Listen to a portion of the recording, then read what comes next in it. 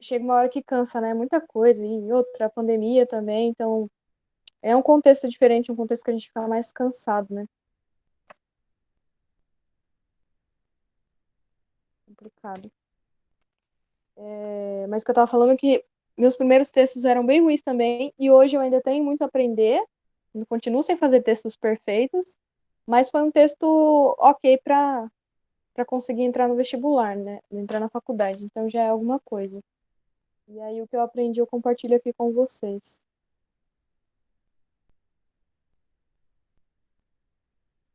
Então vamos lá. Hoje o que a gente vai olhar são os critérios de avaliação do Enem, que podem ser aplicados para outros vestibulares também, porque eles são critérios bem comuns, né? E por que que a gente vai olhar para isso? Porque é muito mais fácil quando a gente sabe o que é que vai ser pedido da gente, a gente sabe completar esses requisitos. Se a gente já sabe como é que eles vão corrigir isso, fica muito mais fácil de preencher, né? Então aí vira tipo uma receita de bolo. Você já sabe os ingredientes, você só precisa colocar eles todos juntos na ordem correta, e aí o resultado bom é muito provável que chegue. Então, a gente vai olhar, são 5 critérios. Então, o que significa isso? Significa que toda vez que você produz uma redação, quando o seu corretor olha para essa redação, ele vai procurar esses 5 critérios que a gente vai estudar. Eu já comentei com vocês sobre o que eu sei da experiência dos corretores, porque eu tenho amigos e conhecidos, enfim, que são corretores de redação. Eu já comentei com vocês, foi com a turma de vocês que eu comentei, como é que funciona a correção deles. Porque se eu não comentei, eu posso comentar para vocês ficarem por dentro de como é que funciona. Não comentei?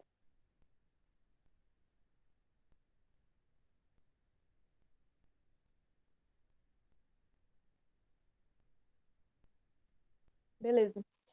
Então, em 2019, aliás, de 2018 para 2019, quando eu prestei vestibular, eu fiquei na casa do meu primo, lá em Araraquara, e o namorado dele era corretor de redação. E ele explicou para mim como é que ele funcionava, né? Ele falou para mim que tinha dias que ele chegava a corrigir 100 redações em um dia só. Então, imagine o cansaço dessa pessoa que corrige 100 redações. Chega na 50, ele já não sabe nem mais o que ele está lendo. Daí, uma coisa que ele falou para mim é que, como eles têm essa enorme quantidade de redações para corrigir num único momento, chega um momento em que ele procura por palavra-chave. Então, dentro de cada tema, existem sempre palavras-chave, ou citações, momentos históricos que os corretores já esperam, de acordo com as orientações que eles recebem do próprio INEP, que organiza a prova. Então, já tem essas coisas que eles esperam encontrar na sua redação. Então, pode acontecer o quê? Por exemplo, a redação da Giovana é a 99 que ele está corrigindo no dia. Então, ele não vai se preocupar totalmente, 100% com questão de acento, vírgula e tal. Isso não significa que você pode escrever o seu texto desleixado. Por quê? Porque você pode tanto ser o número 99 quanto ser o número 1, e aí a pessoa está com a cabeça fresca, ela vai meter o pau nessa redação. Então, assim, isso que eu estou dizendo não é para vocês folgarem, assim, então já que não precisa se preocupar com isso, então vou fazer de qualquer jeito e boa. Mas a questão é, para vocês prestarem atenção no que é pedido. A leitura é a parte inicial mais importante da redação, porque se você não lê tudo e não entender exatamente o que é pedido, você não vai conseguir cumprir o objetivo, né? Você não vai conseguir preencher essa lacuna ou preencher essa receita, né? Se a gente pensar dessa forma. Então, funciona assim. Eles corrigem uma grande quantidade de redações ao mesmo tempo e eles se atentam a termos principais que precisam aparecer de acordo com o tema que é proposto. Então, sei lá, sobre maioridade penal, tem uma lei específica que fala sobre isso. Então, essa lei, por exemplo, é uma coisa que eles podem procurar na sua redação. Então, é sempre assim, de acordo com o tema, tem coisas principais que ele pode procurar, essas coisas serão cobradas, essas coisas contarão nota, ok? Então, isso é só um panorama para vocês entenderem como é que funciona essa correção. Partindo, então, agora para os critérios de avaliação em si. O primeiro deles é o domínio da norma padrão. E aí, reforço o que eu disse. Então, isso significa que você não pode fazer um texto desleixado, porque um dos critérios é justamente o domínio da norma padrão.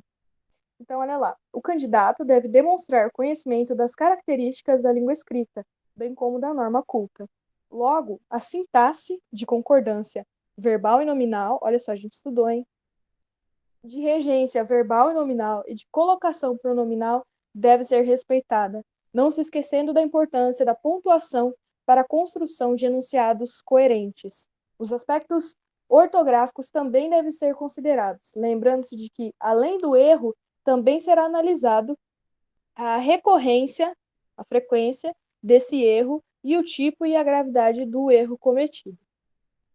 Ok, então muitas informações sobre a norma padrão. Vamos olhar por partes.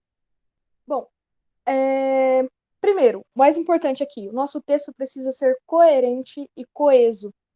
Coerência se você começa falando de uma coisa, termine falando da mesma coisa, não se perca. Então, coerência é isso. Quando você fala que uma pessoa é coerente, por exemplo, ela fala uma coisa e faz outra, aí você fala, essa pessoa é incoerente.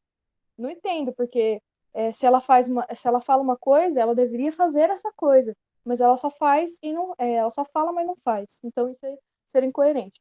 E aí a gente viu a questão da concordância verbal e nominal. Quando eu digo eu falo, tu falas, ele fala, então concordar com a pessoa do discurso, se é a primeira pessoa do singular, o verbo também deve aparecer nessa mesma conjugação.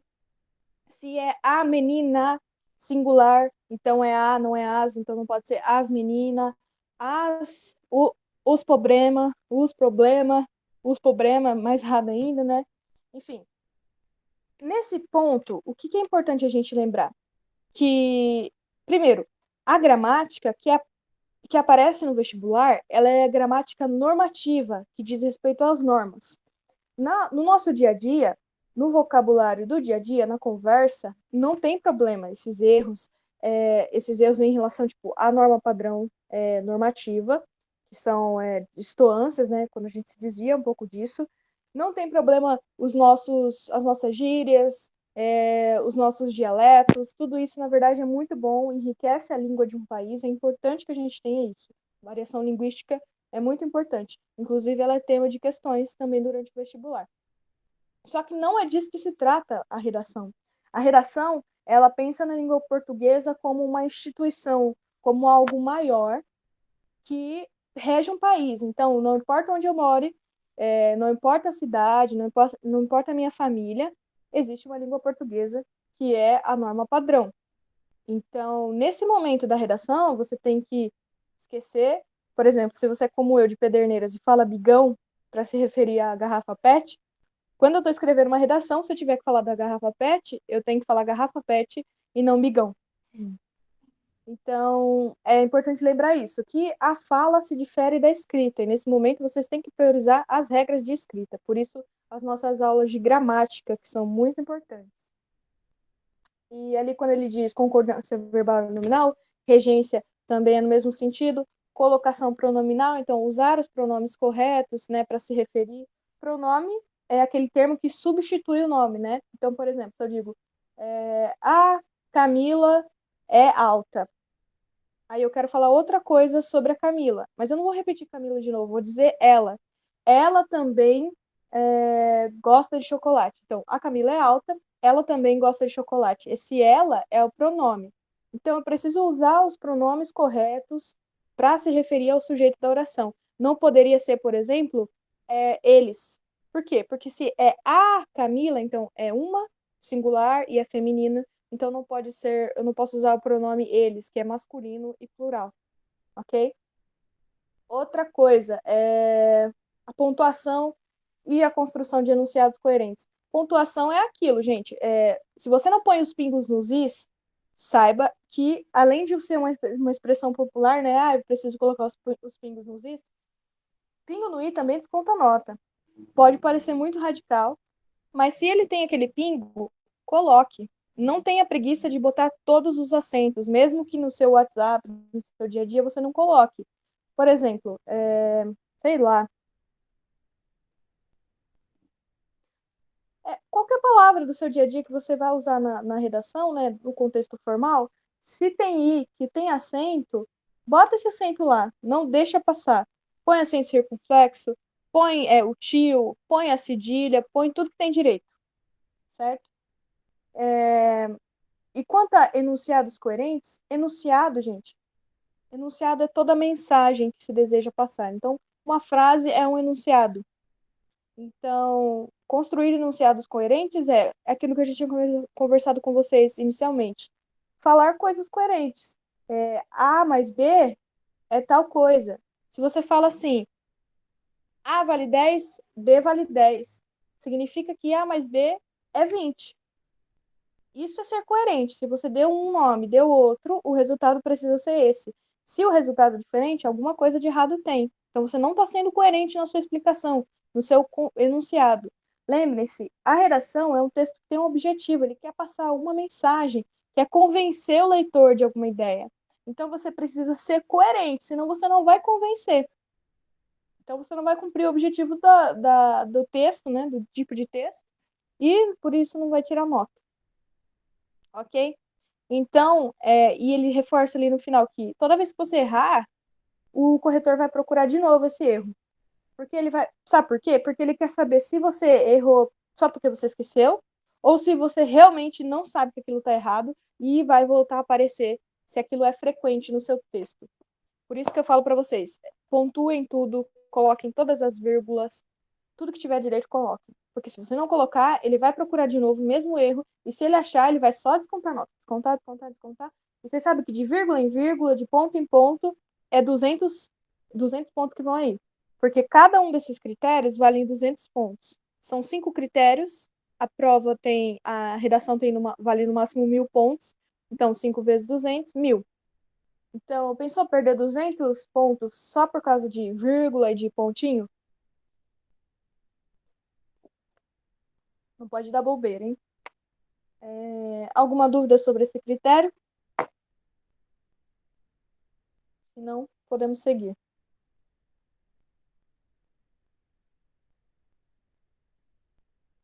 Deixa eu levar mais para cima que eu vi ali que não estava aparecendo no slide.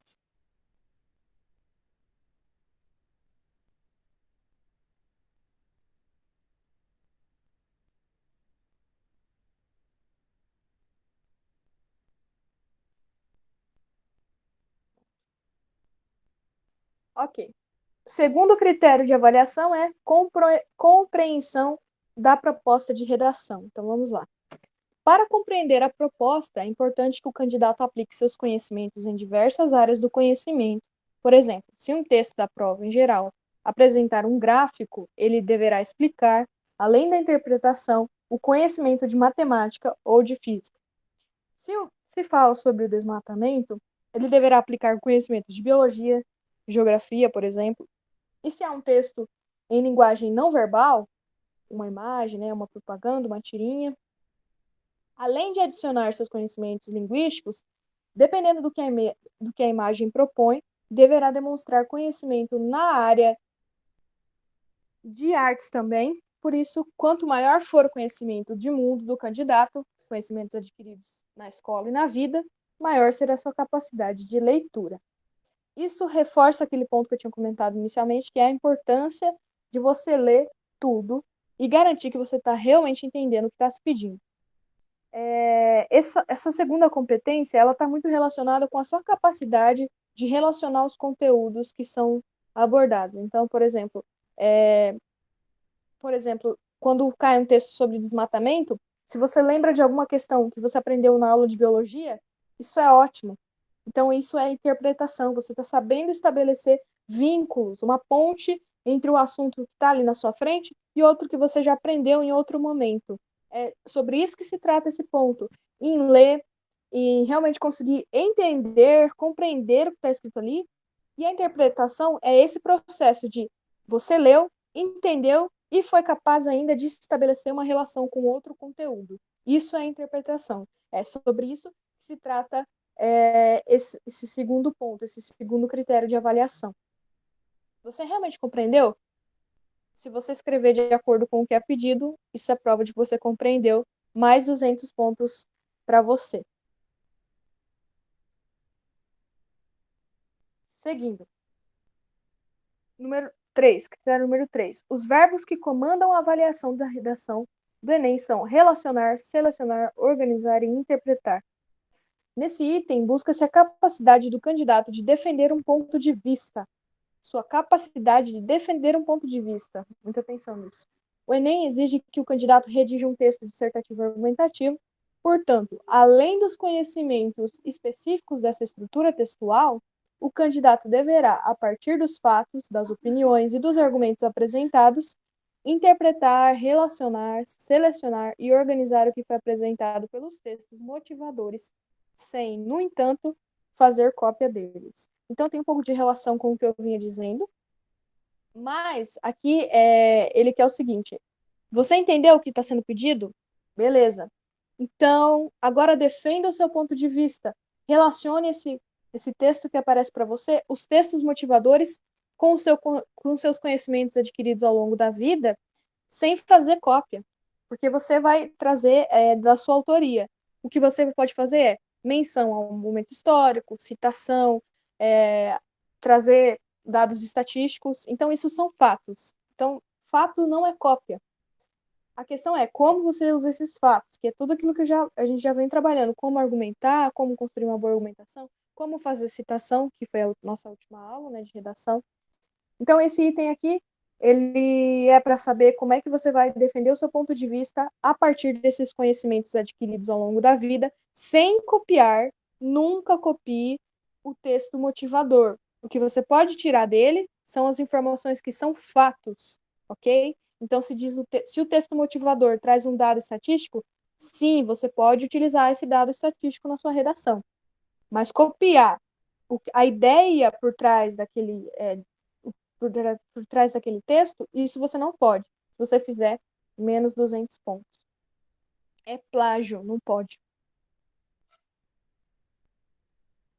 Quarto critério de avaliação: conhecimento da estrutura do texto argumentativo. Isso daqui é um tema que a gente trabalhou muito ao longo do ano, né? É o que eu chamo da receita da redação, que é aquela coisa do introdução, desenvolvimento e conclusão, partes que a gente trabalhou individualmente, né, ao longo do semestre aí que a gente teve de aula. O texto argumentativo, além de ser escrito em linguagem formal e culta, deve seguir uma estrutura própria. Logo, deverão ser apresentados argumentos usados para defender o ponto de vista, os contra-argumentos, os exemplos que servem para embasar o texto e etc. Em geral, apresenta-se dividido em introdução, um parágrafo, desenvolvimento, segundo, terceiro e quarto, mas eu sempre oriento vocês a fazer só 2 parágrafos de desenvolvimento, então seria segundo e terceiro, e a conclusão, que é o último parágrafo. Conhecer a estrutura do texto pedido é extremamente importante para não correr o risco de inserir receitas de miojo, hinos de futebol e etc. Isso daqui eu espero que vocês estejam dominando, que é basicamente preencher a estrutura. Se você colocar certinho introdução, desenvolvimento e conclusão, são 200 pontos, gente. Então, assim, é muito fácil de ganhar ponto nessa prova, porque a gente já sabe o que vão pedir da gente, a gente já estudou os temas, a gente vem estudando estrutura, tipos de argumentos, tipos de citações. Então, percebam, é uma bagagem que está sendo construída para dar vida a esse texto, ok? Então, esse tópico aqui eu nem preciso me prolongar nele, porque vocês já estão cansadas de saber, né, sobre a estrutura do texto, dissertativo e argumentativo. Se não está cansada de saber, volta nas nossas aulas que estão lá no nosso canal no YouTube. E por último, mas não menos importante, nosso quinto critério de avaliação é a elaboração de propostas de intervenção para o problema abordado. O Enem procura leitores críticos e cidadãos conscientes. Portanto, é fundamental que sejam apresentadas propostas que interfirir positivamente na vida da população. Entretanto, não é permitida a elaboração de propostas que desrespeitem os valores humanos ou a diversidade social e cultural da população. Ou seja, nada de ferir direitos humanos. Propostas positivas que possam ser orientadas, por exemplo, você citar o governo federal, órgãos do governo, ministérios, coisas factíveis, ou seja, que possam ser realizadas, que façam parte da realidade. Nada de inventar história, nada de falar bota fogo em todo mundo, fogo nos racistas, dá vontade de falar isso? Dá vontade. Mas isso fere os direitos humanos, então não dá para usar como proposta de intervenção. E o que é a proposta de intervenção? É a conclusão do nosso texto. Tendo em vista que o Enem é uma prova que ela traz um problema, que a gente chama de problemática, a ser resolvida, a ser debatida, discutida, então a gente tem que trazer uma solução para isso. Então você introduz o seu leitor ao seu contexto, defende o seu ponto de vista e encerra fechando com essa proposta para intervir positivamente na situação, resolver o problema de forma benigna, que respeite os direitos humanos. Então, se você colocar fogo nos racistas na sua redação sobre racismo, para a internet vai ser um meme muito legal, mas para o corretor do Enem será menos 200 pontos. Por mais que ele concorde, ele pode ser totalmente antirracista. Ele não pode dar 200 pontos para sua redação por causa disso. Tudo bem, meninas? Alguma dúvida sobre esses 5 critérios de avaliação?